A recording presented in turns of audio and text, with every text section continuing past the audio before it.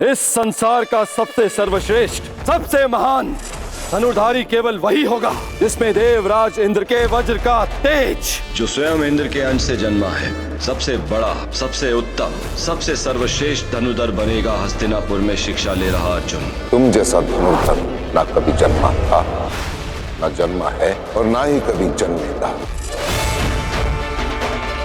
देवराज का अहंकार टूटेगा और अवश्य टूटेगा, परंतु गुरु परशुराम के वचनों से नहीं, बल्कि एक शिष्य के बाणों से। मैं सबके समक्ष अर्जुन को द्वंद्व की चुनौती देता हूँ। मुझे ये चुनौती स्वीकार है। रुको, मैं इस द्वंद्व को समाप्त करने की घोषणा करता हूँ। अर्जुन,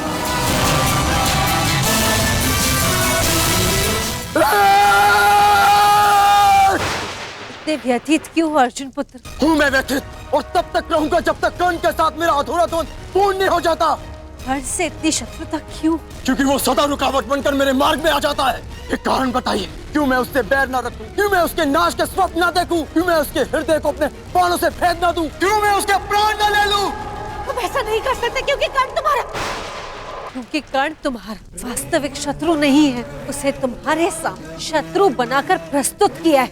आज कर्ण को सीमांत राज्य अंग प्रदेश का राजा घोषित करता, ताकि वो तुम्हारा मार्ग रोक सके। हस्तिनापुर का भविष्य कौन होगा? कदाचित उसका निर्णय युद्ध से ही होगा। मैं दुर्योधन तुम पांडवों को युद्ध के लिए चुनौती देता हूं। चुनौती किसे दे रहे हो दुर्योधन? पांचाल से लौटे हुए अभी तो कुछ ही दिवस हुए। पराजय भूल गए हो तो स्मरण दिलाने के लिए मैं भी तत्पर। यदि ऐसा है तो तुम भी मत भूलना अर्जुन, पांचाली के स्वयंवर में मैंने अपने बाणों को रोका ताकि कोई ये ना कह सके कि किसी के स्वयंवर को मैंने अपनी विजय का बहाना बनाया। मैं चुप रहा क्योंकि वर्ण पांचाली का अधिकार था, परंतु यदि तुम मेरे मित्र का अधिकार छीनने आए हो तो मैं तुम्हें युद्ध के लिए ललकारता हूँ। संसार भी तो देखे कि सबसे बड़ा धनुर्धारी कौन है। मुझे यह चुनौती स्वीकार है। कर्ण को कम मत आंकना, मत भूलो कि वो उस परशुराम का शिष्य है जो तुम्हारे गुरु के भी गुरु। आप किसके पक्ष में हैं वासुदेव? मैं तो सदा धर्म के पक्ष में हूँ पार्थ। तो कल प्रातः अर्जुन युधिष्ठिर की ओर से और कर्ण दुर्योधन की ओर से युद्ध करेगा और निर्णय होगा कौन हस्तिनापुर का सम्राट बनेगा। पार्थ, आज तुम्हारा मन, तुम्हारी दृष्टि में तुम्हारा लक्ष्य स्पष्ट होना चाहिए, तुम्हारा मन शांत होना चाहिए और दृष्टि केंद्रित।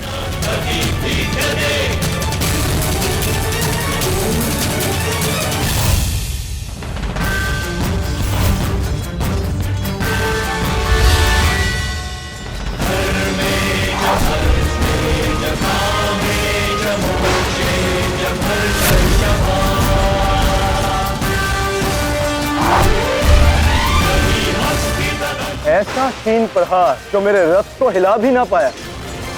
तुम अपने रथ पर नहीं हो अर्जुन, वासुदेव तुम्हारे सारथी हैं, परंतु महाबली हनुमान का आशीर्वाद तुम्हारे रथ पर नहीं।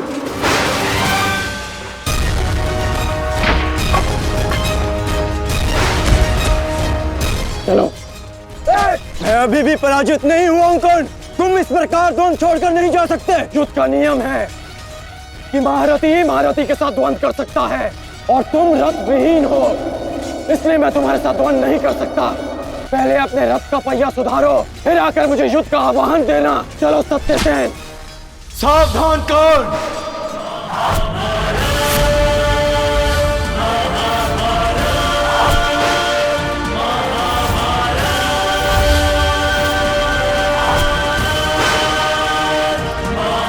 आओ अर्जुन, वर्षों के इस द्वंद्व को पूर्ण कर लिया जाए। आओ अश्वसेना। पार्थ, नागराज तक्षक के सेनापति अश्वसेन बाण पर बैठकर प्रहार करने वाले, सावधान रहना पार्थ। जाओ अश्वसेना, अर्जुन का वध कर अपने ऋण से मुक्त हो जाओ।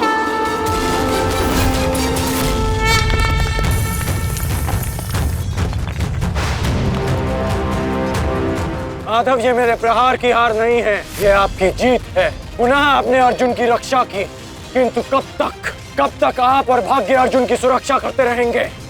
पार्थ, रथ का पहिया निकालने में मेरी सहायता करो। प्रहार कीजिए अंगराज, यही अवसर है। मैं निशस्त्र पर प्रहार नहीं करता सत्यसेन, चाहे वो किसी भी पक्ष का हो। इससे योद्धा की कायरता सिद्ध होती है।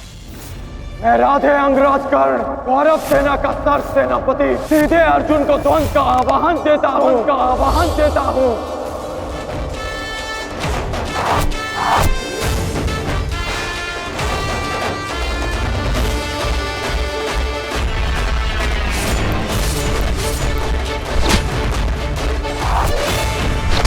यदि ऐसे छोटे बाण चलाओगे तो अर्जुन को स्वपन में भी परास्त नहीं कर पाओगे। गिनती आती है मगरराज। आप कहना क्या चाहते हैं अंगराज? 1, 2, 3। बिना बाण के घायल हो गए धनंजय।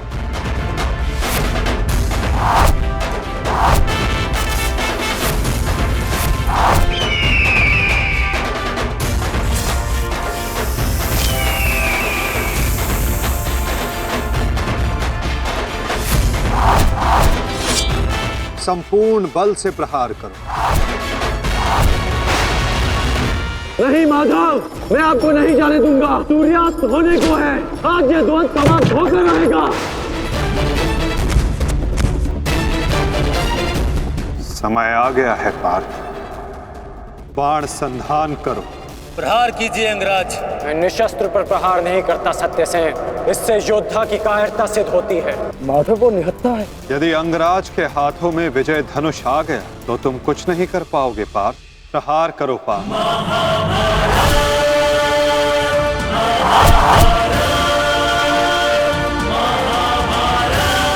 मुक्त करो अंगराज को पार्थ। अंजलि का अस्त्र का प्रयोग करो।